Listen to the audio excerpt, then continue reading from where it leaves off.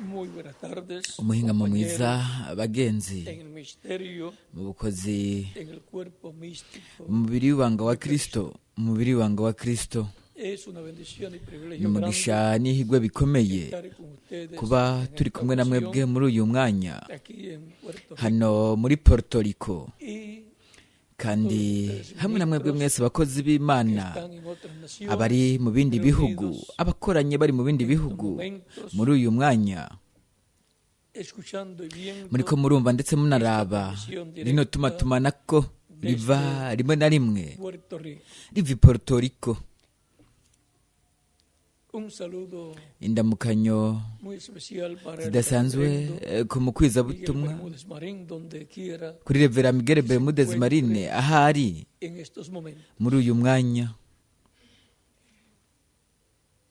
Leemos Dusome icyanditswe cy'ingirakamaro cyane de Levítico cyo mu capítulo Barewi igice 3, cya 23 verso umurongo 23 wa al 23 25, kugeza ku wa que 25 dice, y ahavuga habló hati Jehová a uhoraho Moisés, abarira diciendo, Mose habla a los hijos ati de barira Israel, Abisirayeli y diles, en el mes uti mu séptimo, kwezi kw'indwi al primero del mes, umunsi wako tendréis wa mbere día de reposo, uzubabera umunsi wo kuruhuka bihebuje ube uwo kubibutsa n'utangaza mu kuvuza inzamba ningún mu trabajo de utangaza mu siervos kuvuza inzamba daréis. ube uwo gukorana kwera ntihaze hagire igikorwa kiruhisha mukorako kandi muze mushikanire ko ikimazi Pasaje, gitongorwa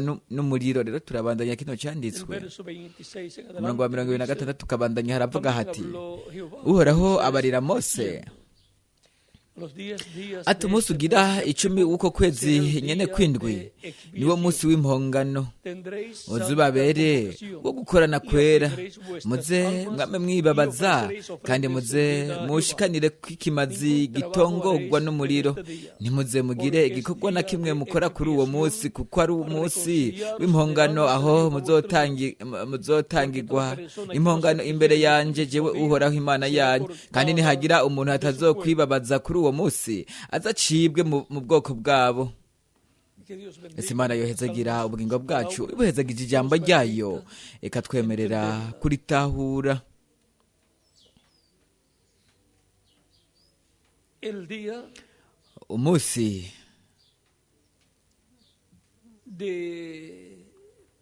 del mes séptimo, ukwezi kw'indwi ni ukuvuga ngo ukwezi kwa mbere séptimo, hay algo muy especial.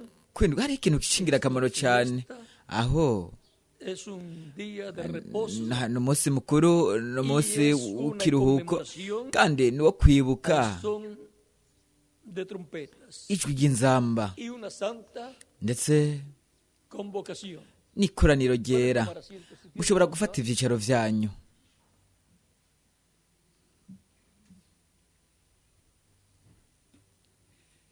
este día es muy importante. uwo munsi ni umunsi w'ingirakamaro cyane El programa divino, mu nteguro y'Imana. pues este día nos habla kandi uwo munsi uratubwira de algo muy, ku kintu pero que muy importante. gikomeye kandi cy'ingirakamaro Y nos cyane da mucha kandi explicación uraduha de insiguro esa nyinshi fiesta, ku bijyanye n'uwo munsi de mukuru esa conmemoración. ndetse n'uko kwibuka. Quiero leer ndifuza gusoma algunas líneas umurongo umwe de este libro wa kino gitabo titulado La religión de cyitwa Israel iyobokamana rya Isirayeli por el señor S. Bloch. Es un libro ni igitabo cy'abayahudi kiravuga haravuga Recuerden que esta ati mwibuke uno fiesta munsi mukuru al son de trompetas mu kuvuzwa kw'inzamba es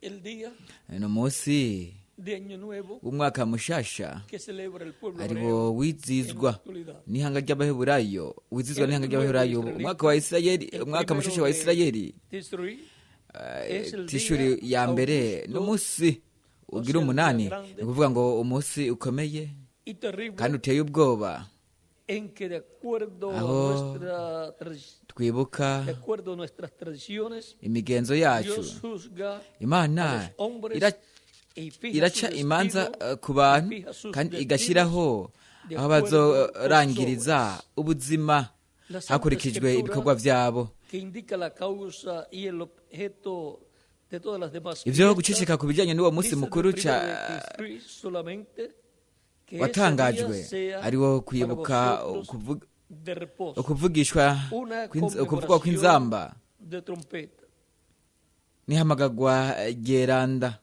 o sea, terroir, ni ukuvuga ngo y teruwa, una santa convocación. n'ihamagagwa ryera. Abalewi igice cya 23 25. umurongo wa 25 Ese silencio acerca ni kimwe mu de esa bimenyetso fiesta bikomeye tan cyane solemne bishigikira iyo es migenzo. uno de los indicios más graves en favor de la tradición. La opinión de algunos escritores, según la cual el icyiyumviro séptimo mes ibyiyumviro by'abanditsi bamwe bamwe bivuga ko como el séptimo día y el uwo windwi, séptimo uwo año, munsi w'indwi, no basta uwo para munsi w'indwi explicar mukuru y ari wo wa motivar mbere w'ukwezi esa gran kwa solemnidad, tisheri mu esa mwaka santa ugira indwi, convocación. ntibihagije gusigura no gutuma hamera uwo munsi Y mukuru. más abajo dice, Hepfo gato haravuga hati pero ¿qué recuerdo evoca? ¿Qué idea representa el aniversario ariko none del ni séptimo mes? ni ikihe Si no cyiyumviro es el recuerdo kiv- y la idea del ni juicio ikihe de Dios cyiyumviro revelados giseruka por la uwo munsi tradición, k'uwo munsi mukuru. Ivyanditswe vyera vyerekana imvo n'imvano y'uwo munsi mukuru, bivuga ko ari ihamagagwa ryera. Si kuvuga gusa ko uwo munsi de trompetas, ubabera uw'akaruhuko, ¿qué tiene que ahubwo ver esa ari fiesta ihamagagwa ryera del día primero del mes séptimo de cada año del calendario hebreo o judío? Pues que todo el programa nuko integuro que yose Dios llevaría iyo a cabo Imana yari kuzokora, está iyo tipificado yashushanya canke yagereranya en esas fiestas muri iyo misi del mikuru, pueblo hebreo. iyo misi mikuru y'ihanga ry'abaheburayo, Dios, iyo a través Imana yatanze biciye mu muvugishwa Mose. por ejemplo, tenemos Akarorero la turafise Pasika, Pascua, la cual ariyo representa ishushanya al Mesías Mesiya muriendo apfa como cordero de Dios. nk'umwagazi w'intama w'Imana, nk'umwagazi w'intama wa Pasika. Por eso, Kubw'ivyo San Pablo Pawulo mutagatifu dice aravuga en Primera de mu Corintios, Bikorinto ba mbere igice 5, verso igice 7, cya 5 umurongo w'indwi, porque nuestra kuko Pascua, Pasika yacu es Cristo, ari we ari Kristo, ya fue sacrificada, yaratanzwe ofrecida por nosotros. atangwa ku bwacu. O sea que Ni esas ukuvuga ngo uwo fiestas munsi mukuru tienen que ver con el programa utegerezwa divino que kuba Él ufitanye isano n'integuro y'Imana yari kuzokogwa, y aunque iyo yari kuzokora. Naho esas fiestas uwo munsi hebreas mukuru, iyo minsi mikuru y'abaheburayo conmemoran algo que ya ariyo sucedió, bibukamwo ibintu byamaze kuba, kandi mu yandi majambo son una conmemoración no kwibuka también que byongeye en sentido profético mu hablan de mu algo mvugo y'ubuvugishwa que Dios haravuga ibintu by'Imana yari kuzokora, aribyo bishushanya cyangwa bigereranya iby'Imana yakoze. La Escritura nos dice Ibyanditswe biratubwira que uko lo que fue ya es y lo que ha de ser yuko ibyabaye ari byo bihari, kandi ibyakoze Dios restaura Imana lo que pasó. igarura ibyarenganye. Ngo murabe mu minsi y'iyinga, De esta semana ino iyinga riba rigiye gutangura, ntabwo ari ikindi kintu, ntabwo ni ya minsi nyene iyo mwiyinga ibigiye yisubiremwo. Wa Mungu umunsi wa mbere, segundo, martes el tercero, ku wa mbere, miércoles el cuarto, wa kabiri, wa gatatu, jueves el quinto, wa kane ni umunsi wa gatanu, wa gatanu n'umunsi wa gatandatu, ku isabato umunsi ugira indwi. Ni ukuvuga ngo hisubiramwo esos días iyo minsi, mencionados por esos nombres. ariko yitwa yiswe ayo mazina, ariko aba ari iyo sikire nyene, ico kiringo kimwe nyene muri iyo ntambuko nshasha. Son los meses. Uko niko bimeze no ku mezi. El año Umwaka que viene es una repetición nawo nyene ni kwisubiramwo es este año kw'ivyabaye que está sucediendo. muri uwo mwaka, Y este año kandi uwo mwaka aho niho entró al séptimo mes según el calendario hinjira gregoriano. ukwezi kw'indwi kuri kalendari ya Gregoire. No es otra cosa Si ikindi sino la kintu, ahubwo aba repetición ari kwisubiramwo, del año ukwisubiramwo pasado, kw'ivyabaye mu mwaka waheze, con los mismos hamwe días. n'amezi n'ayamezi nyene, hamwe n'iminsi nyene, n'amasaha nk'arya nyene. Nubwo rimwe na rimwe amasaha habaho, amezi amwe amwe habaho ihindagurika, ariko mwebwe murabibona ni gusa Un mes, ukwezi el kumwe, febrero, ukwezi kwa kabiri, cuando es iyo bisiesto, tiene un día más.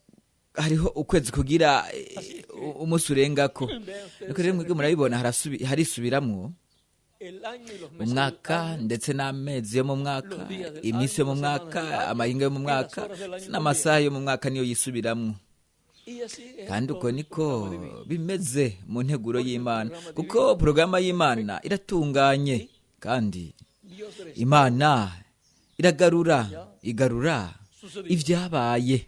y ahora en esta Ubu rero muri iyo minsi mikuru turabona yuko haría ivy'Imana yari kuzokora yari yaramaze kubikora en aquellas muri ivyo bindi bihe, en que esas kandi yuko fiestas iyo minsi mikuru nibwo murabibona que se celebraban ariyo yizizwa, ni ukuvuga ngo yizizwa n'ihanga ry'Abaheburayo, yari kirashingira intahe y'ibintu Imana yamaze gukora.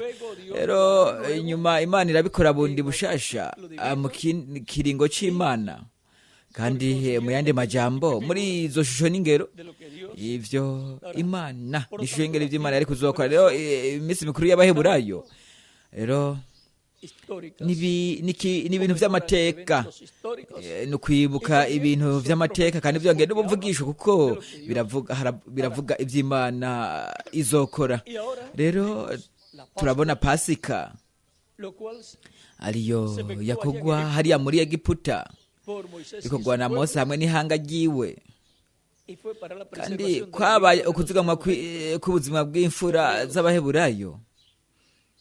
y los que no Ndetse estaban abatari munsi y'uwo munsi mukuru, abatari muri uwo munsi mukuru, munsi y'iyo Pasika, muri iyo Pasika, imfura z'Abanyegiputa zarapfuye, ndetse n'imfura z'ibikoko. luego Nuko mu nyuma encontramos turabona otras fiestas iyindi minsi mikuru que se llevan a cabo, yakogwa, las cuales ariyo nayo ishinga intahe ibintu byamaze kuba muri kahise. la fiesta de la Umunsi Capilla mukuru w'umukama uzungurijwe, ariwo ushushanya Kristo yazutse, y kandi la fiesta n'umunsi mukuru, del umunsi mukuru Shavuot o wa Shavuote cyangwa umunsi mukuru wa Pantekote, la cual ariwo conmemora wizizwa cyangwa wibukwa ku munsi o las tablas de la w'ibyagezwe canke ibisate by'amategeko byatanzwe n'Imana, ley a Moisés. Imana ibiha Mose. Y Kandi luego mu nyuma encontramos turabona la fiesta umunsi mukuru, de las umunsi trompetas, mukuru w'inzamba, la cual ariwo está ahí en uri el día de Año Nuevo. ku munsi w'umwaka El mushasha, pueblo hebreo aho ihanga ry'Abaheburayo conmemora biziza canke bibuka cada año muri buri mwaka. y eso nos habla Kandi ivyo biratubwira del día. ku munsi, Vean aquí dice, murabe hano habla de- haravuga hay un hariho silencio ahí. agacerere ngaho, kuko ibyo byose ibyo bifitaniye isano n'umunsi uhambaye kandi uteye ubwoba w'umwami ari wo uvugwa muri Malaki igice cya mbere ahavuga hati, reka turabe hano igice cya 4 umurongo wa mbere ukabandanya, haravuga hati,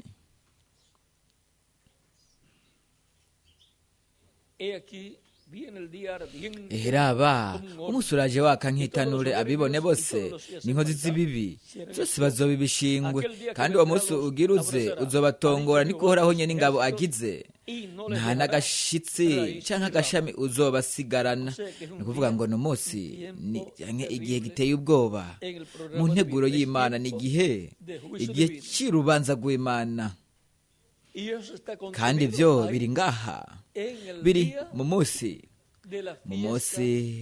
w'umunsi mukuru w'inzamba canke umunsi mukuru wo kuvuzwa kw'inzamba. Ariko baravuga ngo ariko mwebwe abo baha izina ryanjye, ni kuvuga ngo abizera, izuba ry'ubugororotsi rizobarasira. Uko ni kuza kwa Mesiya, ukuza k'umwami azi ishengero ryiwe rifise ugukiza mu mababa yaryo. Ni ukuvuga ngo amababa yaryo aribyo bitubwira kuri Mose na Eliya, kuko ku musozi wo guhindurirwa ko hari Mose mu ruhande rumwe ndetse na Eliya mu rundi ruhande rwa Yesu, kandi maze muzosohoka mukina amatavu nk'inyana zivuye mu ruhongore, kandi muzosiribanga abanyakibi, bazoba umunyota munsi y'ibirenge byanyu ku munsi nzoshinga, niko Uhoraho nyene ingabo agize. Rero mukimpombi abahungu n'abakobwa b'Imana bazotambuka, bazogendagenda ku munyota w'ababi, aribo bazoba baraturiwe. Kubera iki? Kuko mu mubabaro mwinshi umuriro uzoturira ababi, kuko azoba ari umunsi waka nk'itanure. Kandi mu yandi majambo, amaradiyo activite ivyuka bizoba biri hari muri ico gihe, aribyo bizova mu mabombe ruhonyanganda. Ni ukuvuga ngo hazoba intambara mpuzamakungu mu mubabaro mwinshi, kandi ivyo bizozana inkurikizi mbi cyane ku kiremwa muntu. Kubwo ivyo mwebwe murashobora kubona Reverend Branham aravuga ku mibereho igoye cyane kuri Amerika ya ruguru, aho izotegwa mu ntambara, kandi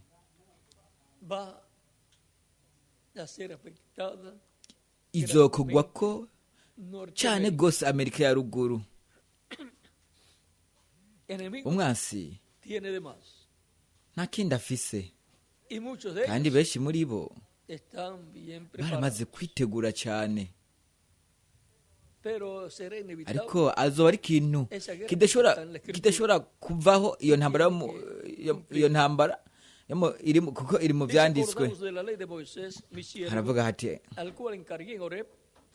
nimwibuke ibyagezwe by'umusavyi wanje Mose, amabwirizwa n'ibyashinzwe, ibyo namugereye i Horebu kuba ibyo kuganza Abisirayeli bose. Ni ukuvuga ngo ngaha amategeko n'ibyagezwe Imana yabitanze biciye muri Mose. Nuko rero ubukozi bwa Mose buzogaragara muri kino gihe cy'iherezo.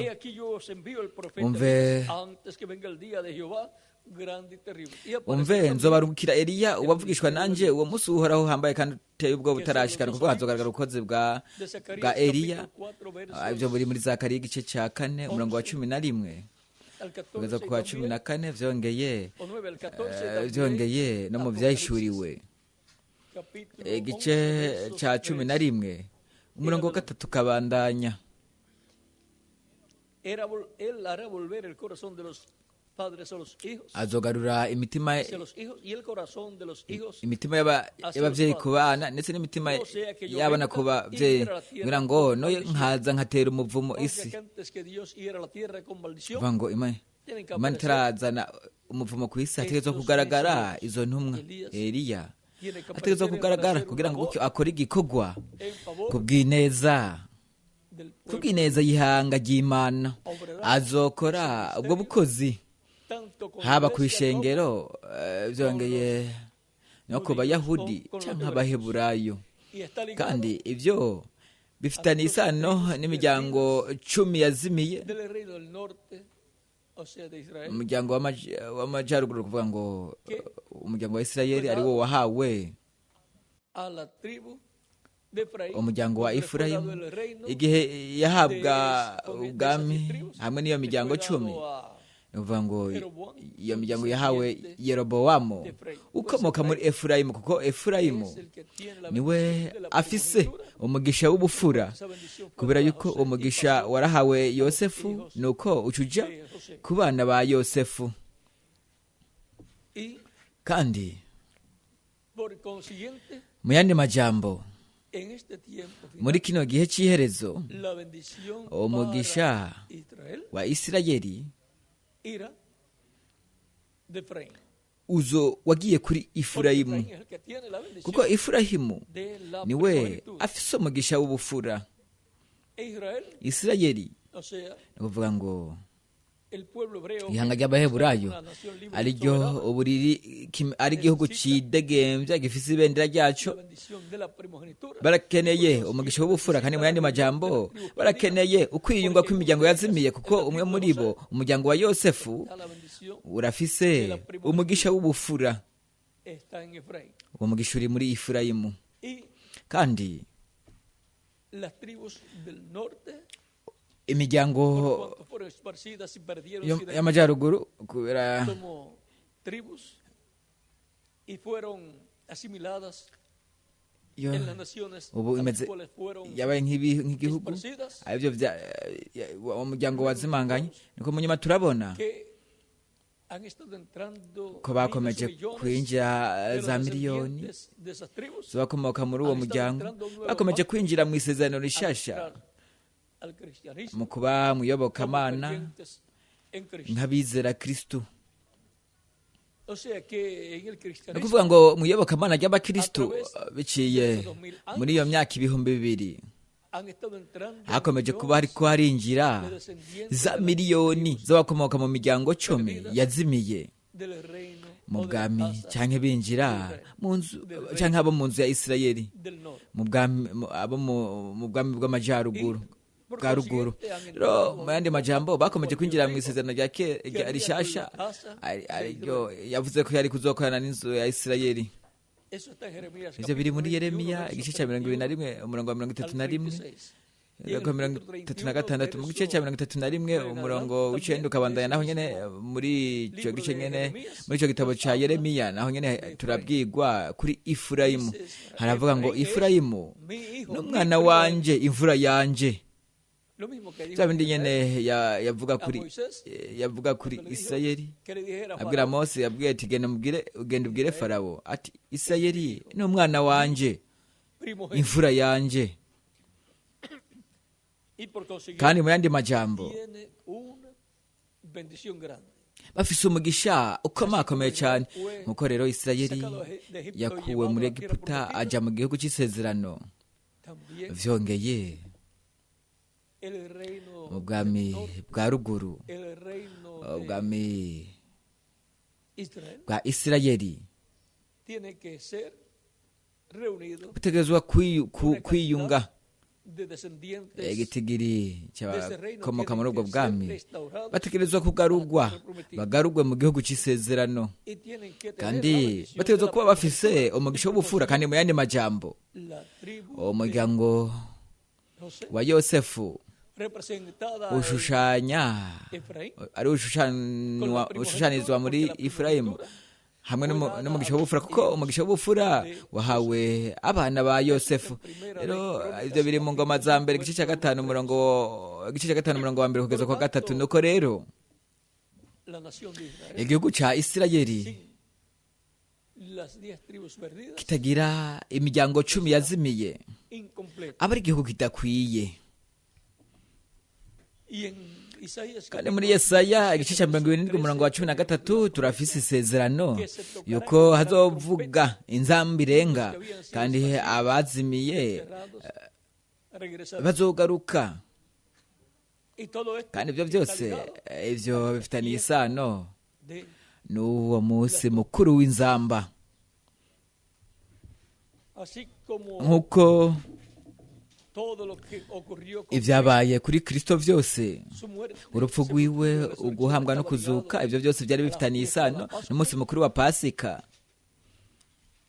y la resurrección rero estaba no ligada umuzuko nawo wari ufitaniye isano n'umunsi mukuru w'umukama uzungurijwe, ndetse umunsi wa Pantegoti nawo aho bakiriye mwemu ya Kristo abantu 120.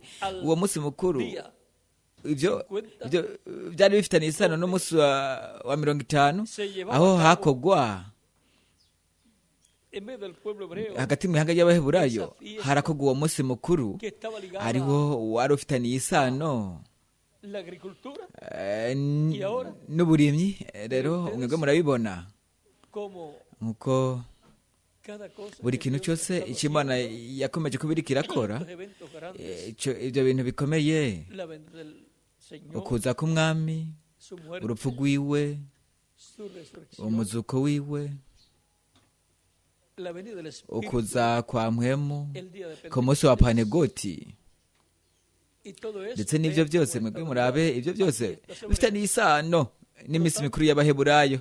Nuko rero igice cy'ubuvugishwa cuando cumplían cyakomeje kuba kiriko kirashyitswa en esas etapas. muri izo ntambuko. Y ahora Rero estamos turi caminando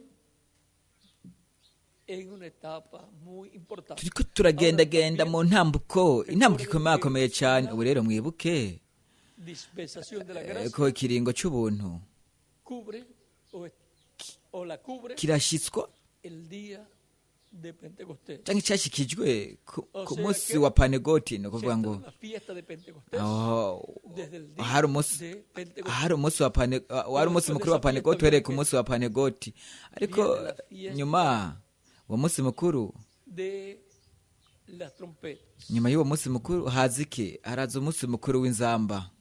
Encontramos turabona ahí también ngaho vyongeye una profecía doble, ubuvugishwa bubiri, porque kubera yuko las 7 etapas intambuko durante indwi el canke ibihendwe vy'ishengero durante estos 2000 años muri iyo myaka 2000 vyongeye aho hariko harashushanywa en los 7 sábados, amayinga 7 semanas amasabato ndwi que anteceden al día n'amayinga de ndwi Pentecostés. ariyo yabanjirije umunsi wa Pantegoti. nuko rero Una hazoba repetición ukwisubiramwo bundi bushasha de un nuevo Pentecostés, kwa Pantegoti nshasha, lo cual será la ari resurrección byo bizoba ari umuzuko w'abapfiriye muri Kristo, ndetse no guhindurwa ko bazoba ari hari bazima bavutse bundi bushasha, kandi mu yandi majambo bazoba buzuye de Dios. umwuzuro w'ubumana. Es aplicada todas esas etapas, es aplicada en la iglesia, Izo ntambuko zose zirashyitswa mu ishengero nk'umubiri w'ibanga w'abizera. y ahora Rero estamos viviendo turiko turabaho mu igihe cy'ubwiza cyane de todos los kuruta ibindi bihe byose. Vean, antes de llegar el Murabe, mbere yo gushika ku mwaka wa yubile byongeye 49 años, harahera imyaka 49. Mwebwe murabibona nk'ibyo ya nyene ocurría 49 días byaba ku munsi wa 49 después de nyuma la Pascua. Se ya Pasika, comenzaba a contar baratangura guharura igihe. Rero uhereye ku muzuko wa Kristo aho haratanguwe guharurwa iminsi. Uhereye ku munsi wa Pantegoti aho ni iminsi 50, gushika ku munsi wa Pantegoti ni iminsi 50, ariko Kristo 50 días después de su resurrección iban a recibir el natubwira Espíritu yuko Santo. Dios deja imana muchas cosas en yaretse- secreto yar- yarabitse ibintu para que se byinshi cumplan ibigumiza y no n'amabanga sean interrumpidas kugira ngo por el gutyo enemigo. ntibyononwe Ahora, así n'umwasi. como hubo rero nk'uko habaye y luego el día 50 en el iminsi día 49 nuko mu nyuma ku munsi wa 50 ari umunsi wa panekoti barakiriye mpemu wa kristo. ubu rero turabona uko 49 años, hariho imyaka 49 nuko mu nyuma haraza umwaka wa 50, umwaka wa yubile, el año kandi donde umwaka los esclavos aho regresan abaja a su familia abagurano libres, basubira mu ngo zabo bakidegembya ubutaka, regresan a sus dueños originales. amatongo agasubira kwa beneyo batarisha ikintu na Y todo kimwe. eso muestra kandi ibyo byose lo que ha de biratwereka acontecer en el tiempo final. ibizoba ibigiye kuba mu gihe cy'iherezo. kuko nyuma y'ibihe indwi by'ishengero ari byo bishushanya cyane, ibyo biri indani mu myaka 49, nuko mu nyuma mu mwaka haraza umwaka wa 50 ari uhanye n'igihe cy'ibuye rigumye imfuruka. Y que kandi si contamos hamwe duharuye años sabáticos, imyaka el y'amasabato, año séptimo de ni ukuvuga ngo una de las umwaka semanas buri myaka indwi mu en la iyinga edad de la piedra angular ry'imyaka. rero mu gihe cy'ibuye rikomeza imfuruka mwebwe murabibona ibyo de fiesta número 8. igihe cy'ibuye rikomeza imfuruka gihwanye n'umwaka w'umunsi mukuru w'umunani, kubera yuko umwaka w'umunsi mukuru ugira indwi uhwanye n'igihe cy'indwi cy'ishengero. ni ukuvuga ngo turabona icyo kiringo cy'Imana, umuzuko w'abapfuye muri Kristo no guhindurwa ko hari hari bazima ntibyigeze bishikirizwa mu gihe na kimwe mu bihe indwi by'ishengero. ariko ibyo byavuzwe ko bizoshitswa mu gihe cy'ibuye rigomeza imfuruka, aricyo gihe cy'umwaka wa Pantegoti, kandi ni igihe kigira 8 cy'ishengero, ariko ni igihe gihoraho, aricyo gihe cinjira mu bihe bidashira. kuko ngaho aho igihe kirinjira, aho byose bisubira mu nkomoko, kandi mu yandi majambo bazosubira mu buzima buhoraho mu buryo bufatika, abatoranijwe n'Imana. rero mu nteguro y'Imana murabibona kino kiringo nko mu gihe cya Mose ndetse no mu gihe cy'umwami Salomo. murabibona Salomo we yaregenewe ingoro, ariryo hema aho Imana yabaye mu ngoro, kandi Mose nawe yaragenewe ihema hamwe n'itegeko ry'Imana, yararyubatse hariya mu bugaragwa, ariryo ryari ihema bunguruza, bararyunguruza bakarijyana mu kibanza aho bo bari. ubukozi bwa Mose bwarasezeraniwe kugira ngo bwisubiremwo muri kino gihe cy'iherezo, kuko hazoba umuvugishwa ameze nka Mose. kandi ibyo nibyo Abayahudi bazi, kandi bo bararindiriye umuvugishwa ameze nka Mose, kandi bo barazi yuko azoba ari Mesiya kuri bo, kandi bo bararindiriye na Eliya. kandi ubukozi bwa Mose ubwo bufitanye isano n'ihema, cyangwa no kuvuga ngo ihema ariyo ryubatswe mu bugaragwa, kandi baragendera naryo kugeza binjiye mu gihe runaka, binjiye mu kibanza cyasezeranywe. rero isanduku y'isezerano ariyo ngirakamaro cyane yari ngaho, hamwe no kugaragara kw'Imana, barayinjije mu gihugu cy'isezerano. rero mu gihe cy'iherezo tugiye kubona Mose afite n'isano n'ibyagezwe by'Imana, ndetse afitanye n'isano n'ingoro cyangwa itaberenakuro, ihema. kandi isezerano ry'Imana ni uko hazoba en el tiempo final mu gihe para la cy'iherezo manifestación plena de kubwo Dios, kwigaragaza para k'umwuzuro el poder de kw'Imana, Dios ser manifestado en toda aho su ububasha plenitud, bw'Imana buzokwigaragaza mu mwuzuro wabwo wose, aho hatazoba imbibe mu kwigaragaza k'ububasha y bw'Imana, en donde kandi aho la adopción de los hijos de Dios ukuragwa será muy kw'abana b'Imana ahí. kuzogaragara. Rero ngaho hazobaho ubukozi aribwo buzoba bwarazwe mu mwuzuro, kandi mu yandi majambo hamwe n'ijambo rirema rivuzwe, hazoba ibintu ibyo mu bindi bihe bitigeze biboneka hagati mu ihanga ry'Imana. Ariko fueron dadas ciertas muestras o pruebas de cómo va a ser. ariko ivyo biratwereka, turabona ingene bizogenda rero biciye muri Reverend William Branham. Imana yarerekanye las muestras, o sea, uburorero, no kuvuga ngo yaratanze uburorero y'uburyo ibyo bizogenda.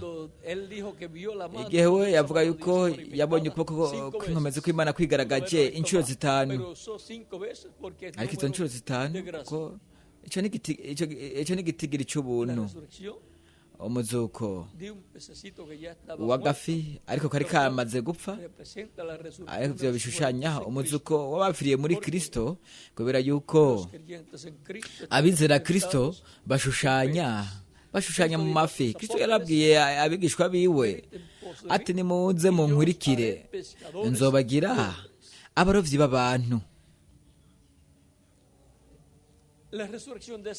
Umuzuko w'ako gafi byakozwe bikorwa n'ijambo rivuzwe, kandi ryari ijambo rirema ry'Imana yashize mu kanwa k'uwo muvugishwa w'Imana.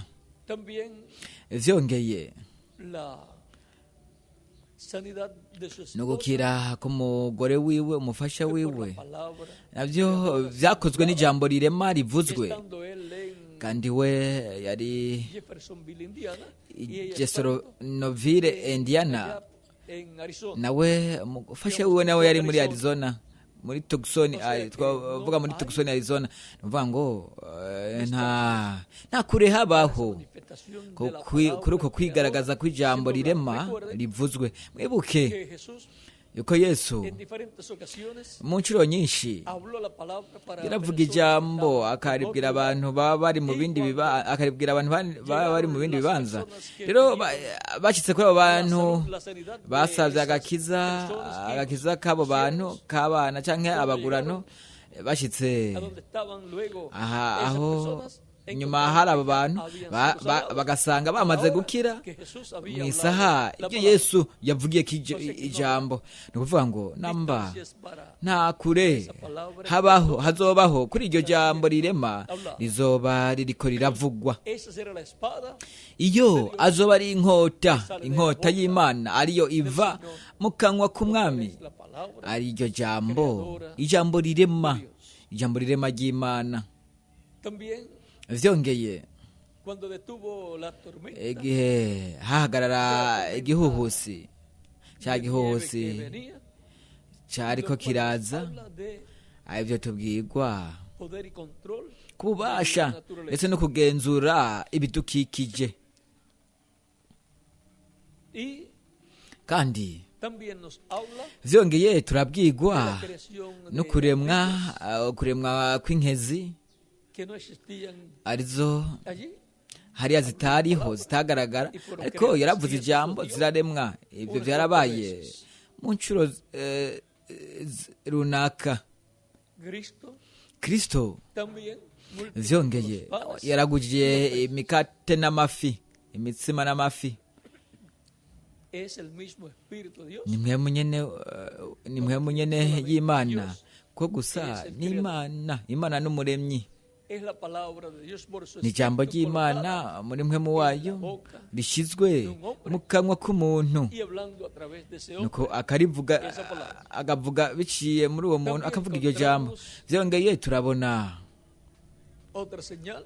n'ibindi bimenyetso, n'ikindi kimenyetso, agakiza k'abana bo mwizera Kristo O sea que ni habrá ukuvuga ngo hazoba amahirwe para los hijos, para los ku humildes, bana ku miryango y'abizera abavutse bundi bushasha.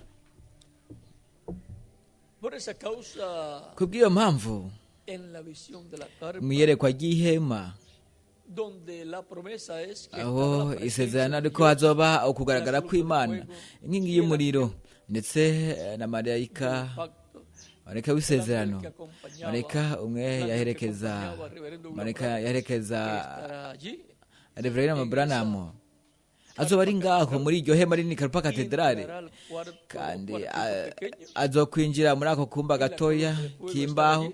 Rero n'inkingi y'umuriro izoba iri ngaho, mwebwe murabibona.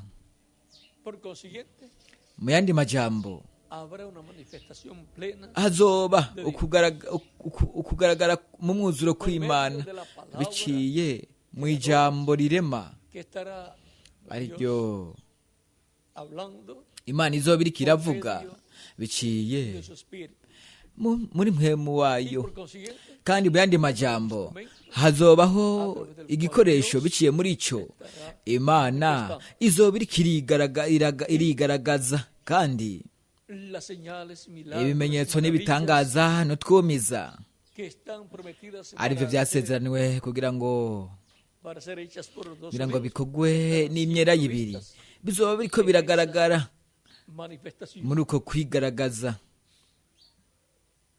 Será un tiempo muy glorioso Azoba ari para igihe la cy'ubwiza iglesia cyane de Jesucristo. ku ishengero ry'umwami Yesu Kristo, Cuando el reverendo William Branham recibió igihe Reverend William Branham yaronka canke yabona iryerekwa ry'ihema, we estaba en el aire yari mu kirere, y quería bajar, we pero no podía. yipfuje kumanuka ariko Él ntivyashobotse. fue a Awe cierto lugar, yari mu kibanza runaka abona iryo hema rinini Karupa katedrale, ayo atigeze abona mu buzima bwiwe, ryari ihema rininiya cyane. Nuko rero y era de alguna persona. Y ryari de algún ryarakozwe grupo kandi hariho umuntu runaka hamwe n'umugwi.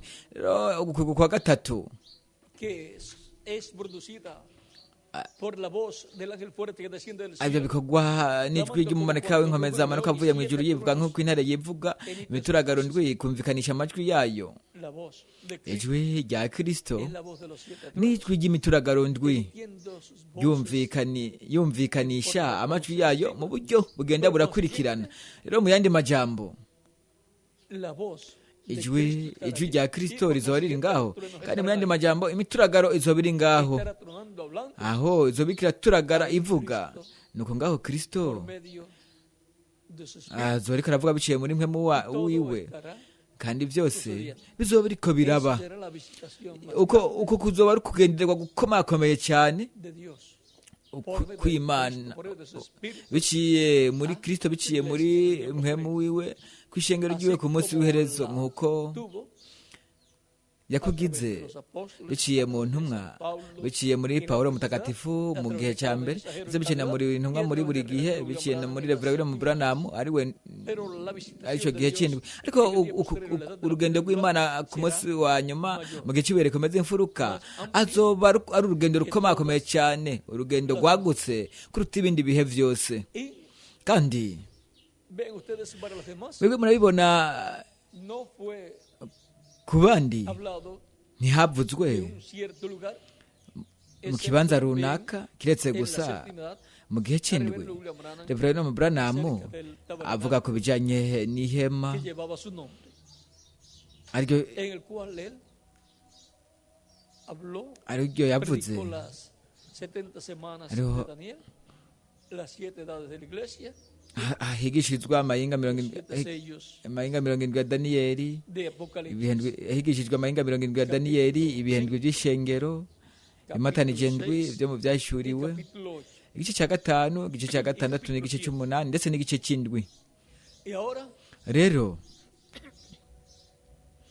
nos estamos acercando twebwe turiko turegereza al cumplimiento ugushyitswa de la trompeta. ugushyitswa k'umunsi mukuru w'inzamba. Y por consiguiente, Kandi mu yandi majambo, kuba que la fiesta de las trompetas umunsi mukuru w'inzamba del juicio divino. uriko utubwira ku bihano by'Imana muri uwo munsi mukuru w'inzamba, Se va a estar hablando del aho juicio divino. ariko aravuga ibihano by'Imana bizoba bigiye kuzira ikiremwa muntu.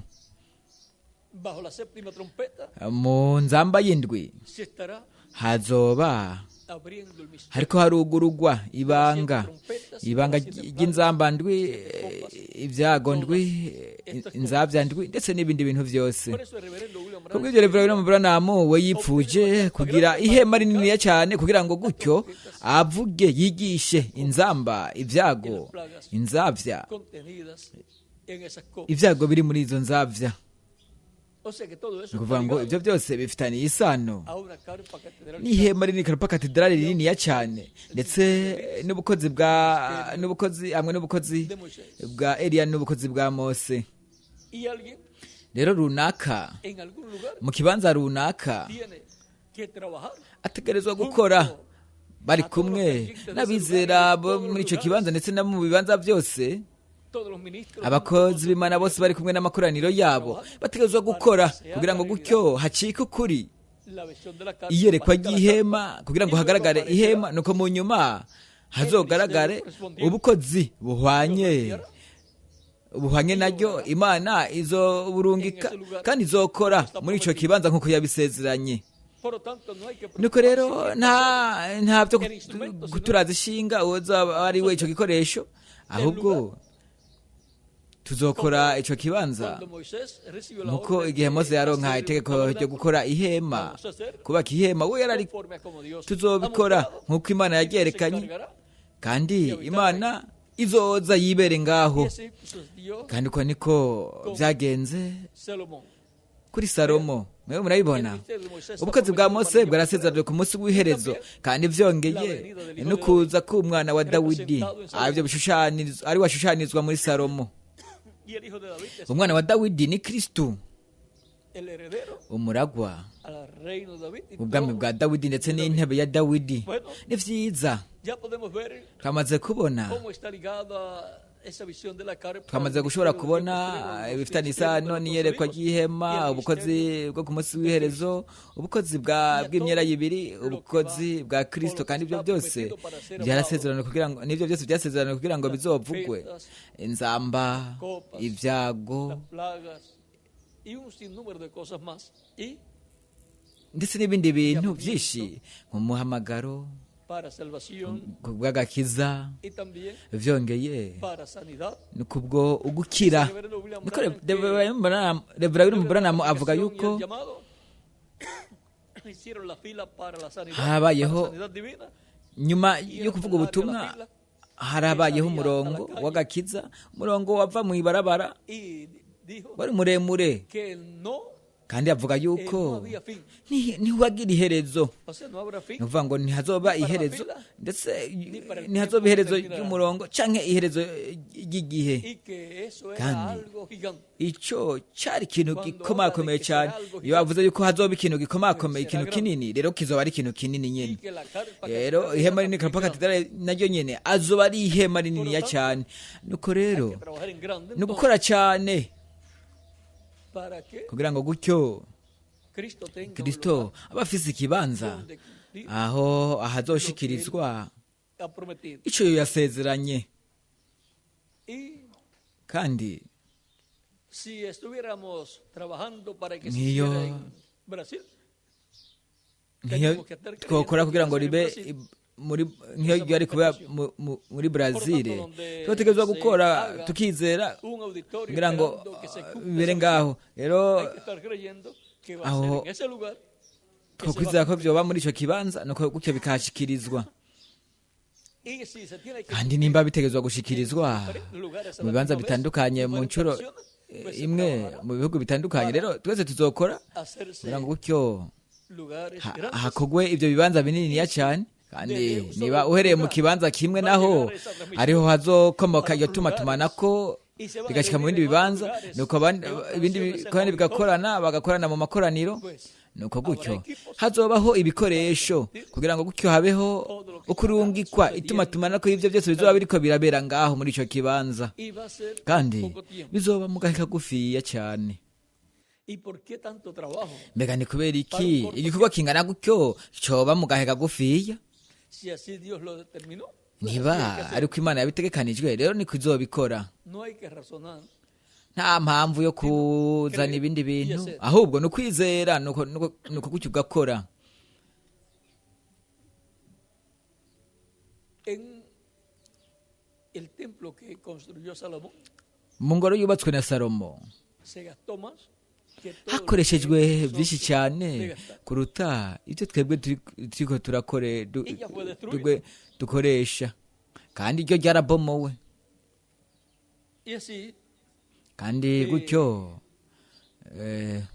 pues nuestro deseo es que durante icyifuzo la gran cyacu tribulación permanezca, nuko mu mubabaro mw'isi iryo ryokomeza kuba hari kugira ngo nitwagaruka mu kimpumbi tuzoshobore kuribona nuko tuhagendagende ngaho kugira ngo gutyo visitar tuhagenderere donde el tugenderere ikibanza cyashikirijwemwo iyerekwa ry'ihema será azoba ari mu karere ahazoba hari ubukozi bw'imyera y'ibiri ubukozi bwa Kristo buriko burakora kandi mu yandi majambo aho rizoba riri ahazoba hari intumwa y'icyo gihe gihoraho igihe cy'ibuye rigomye imfuruka nuko rero iyo izomenya uburyo izokora kugira ngo gutyo hagaragare rigaragare muri icyo kibanza kandi natwe twese nk'abakozi b'Imana twunze ubumwe nawe ndetse n'ikoraniro ryunze ubumwe nawe ndetse n'amakoraniro yose yunze ubumwe nawe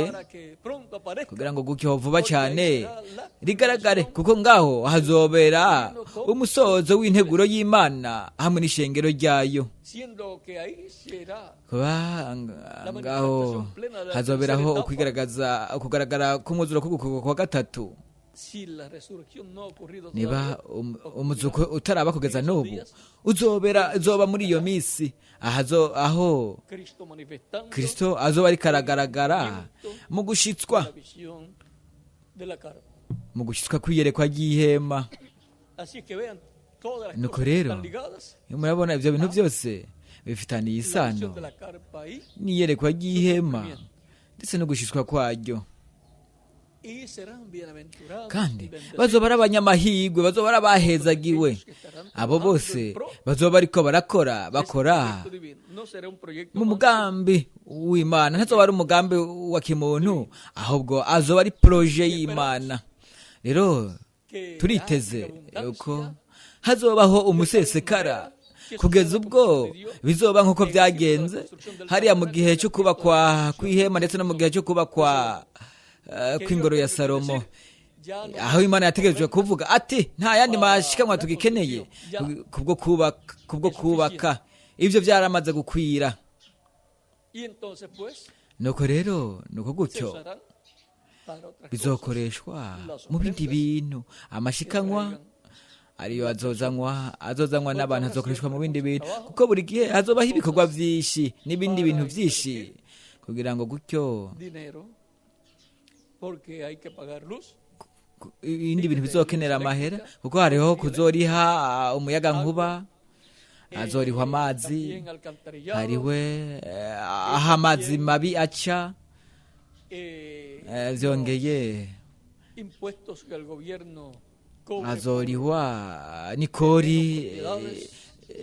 ritegekwa n'uburongozi ku bijyanye n'ikibanza ubutaka birihwa muri kwezi ku butaka ariko mu nyuma tuzobandanya no kuriha ingwati byongeye turifuza uko tworiha byose vuba cyane bishoboka n'ibindi ariko azoba ari ikintu cyiza tuzoba turiko turakora kandi igihe tuzoba turangije kuriha bizoba ari byiza kuruta ibyo bizoba ubutaka bwose ibibanza byose twaguze buzoba bufise agaciro karenze ni ukuvuga ngo hamwe tuhagurishije tworonka menshi kuruta ayo twahaguze ni kubera yuko nta guhomba kw'ihanga ry'Imana kuhari Dios dará kandi los imana galardones a todos aquellos que habrán trabajado izohahemba abo bose en bazokora ese programa muri iyo nteguro izoba prometido. integuro yasezeranywe kugira ngo gutyo ikogwe, kandi n'abanyamahirwe Trabajan abakora en ese programa. muri iyo No nteguro estamos trabajando ntituriko porque turakora queremos un lugar ko grande, twipfuza pues tenemos ikibanza uno y todavía kinini, no está lleno. Estamos trabajando basados turiko turakora en una twisunze disciplina isezerano ry'imana en favor ku del bw'ineza programa de Dios. y'umugambi w'imana. Por eso es que estamos ku bw'ivyo trabajando turiko de turakora esa forma muri ubwo y buryo, esperamos que todos, kandi turiteze así yuko como vyose y todos los ministros tuzobigura abakozi b'imana bose, trabajen twari turifuza yuko twese twabitahura abakozi b'imana fuerte bose kugira ngo gutyo dukore, todos kugira ngo gutyo mukore mwunze ubumwe na Puerto Rico, y mwese mwunze ubumwe n'abakozi ba Puerto Rico, ndetse n'ikoraniro rya Kayeyi, ndetse n'ikoraniro ryose rya Puerto Rico. Jewe respaldo ese trabajo que está haciendo, ndashigikira que tenemos kino acá gikorwa kiriko en la kirakogwa, carpa en Puerto Rico, ino hema ririko rirakogwa muri Puerto Rico, ndarishigikira n'umutima wanje wose n'ingufu zanje zose, hamwe n'ivyo mfise vyose, ndetse n'ivy'Imana la meta será impa. Ihangiro ver ni ukubona el cumplimiento de esa ugushitswa visión de la carpa. kwiryoherekwa ry'ihema. Cualquiera puede decir, y si no fuera Umuntu wese ashobora kuvuga ngo esa, pues será en algún otro nimba lugar, ritabaye otra, rero rizoba mu y kindi esperamos que kibanza. esa sea llena y de ahí nos transmitan acá. Rero turiteze yuko ryo kuzura hama bikarungikwa ngaho ibizoba biriko bibera ngaho. Rero niba ari umuntu afise gukekeranya nuko we no kurindira ituma tumanako aho rizoba Pero rivuye. nadie más Rero nta wundi muntu ha n'umwe tomado ese proyecto en serio azo para yo llevarlo a cabo. yafashe Y uwo aquí mugambi Puerto Rico mu busere lo kugira ngo awukore. porque lo han Rero creído. Puerto Rico barabifashe nka nkama kubera ko barizeye. Rero abakozi b'Imana bose ni ugufatanya na Puerto Rico bagafata nkama ico gikorwa. Yo aprecio que todos Rero los ministros ndakeza abakozi b'Imana bose bafashe nka nkama icyasezeranywe, kandi bakaba bariko bakora kuri iyo proje uwo mugambi w'Imana, kandi Imana bibahezegera cyane kandi bakoreshe cyane muri kino gikorwa, kandi bateze imbere cyane gose amakoraniro yanye atera imbere cyane mu buryo bw'umuhemu ndetse no mu buryo bufatika vyongeye, kandi bongere buri munsi ku munsi hongerwe amakoraniro yanyu, kandi aba amakoraniro manini ya cyane, kandi gutyo ese bo kwakira imigisha yose y'Imana iriko iratanga ivuye muri ico kibanza kiriko kirubakwa. Está prometido Harasezeranywe que el mensajero Israel, yuko intumwa ya Isirayeli, marayika w'isezerano ari wari el Kristo, Espíritu Santo, muhemu yera vendrá azoza, y es el mensajero Israel. kandi iyo ni intumwa ya Él Isirayeli, vendrá por su iglesia, por su ariko azozira ishengero ryiwe, umugeni we. Ariko igihe abayahudi bo bazomubona mu ishengero ryiwe ari mu mugeni we, bazovuga ngo ubu niwe twiwe twari turindiriye, bo bazomubonera hagati mu ishengero ry'umwami Yesu Kristo. Y eso si no lo ven antes, Kandi lo van a ver en el cumplimiento de la visión de la carpa. niba batamubonye ubwa mbere bazomubonera mu gushika kwiyerekwa ry'ihema, kandi bo bazovuga umuvugisha bameze nka Mose kugeza arafise n'ihema Vamos a nka dejarlo ahí, Mose. Ivyo reka y tubiceceke, después lo veremos. nuko mu nyuma tuzobona ivyo byose igihe bizoba biriko birashitswamo mwuzuro. Ya ustedes han estado viendo ese Nivyo acercamiento mwakomeje que kuba muriko murabona uko kwegerana hay kuhari de los judíos. Se ku están bayahudi, acercando, bariko baregera, saben que hay algo de parte de barazi Dios. yuko hari ikintu kivuye ku Mana, kandi ni vyiza. Ha sido para mí un privilegio Kuri jewe grande ryabaye ihigwe rikomeye cyane kuba turi kumwe namwe bwe muri uyu mwanya, para compartir kugira ngo gutyo dusangire uno mwanya w'ikiyago mu bukozi ikiyago cy'ubukozi hamwe namwe kandi kujya kuba dufise umunsi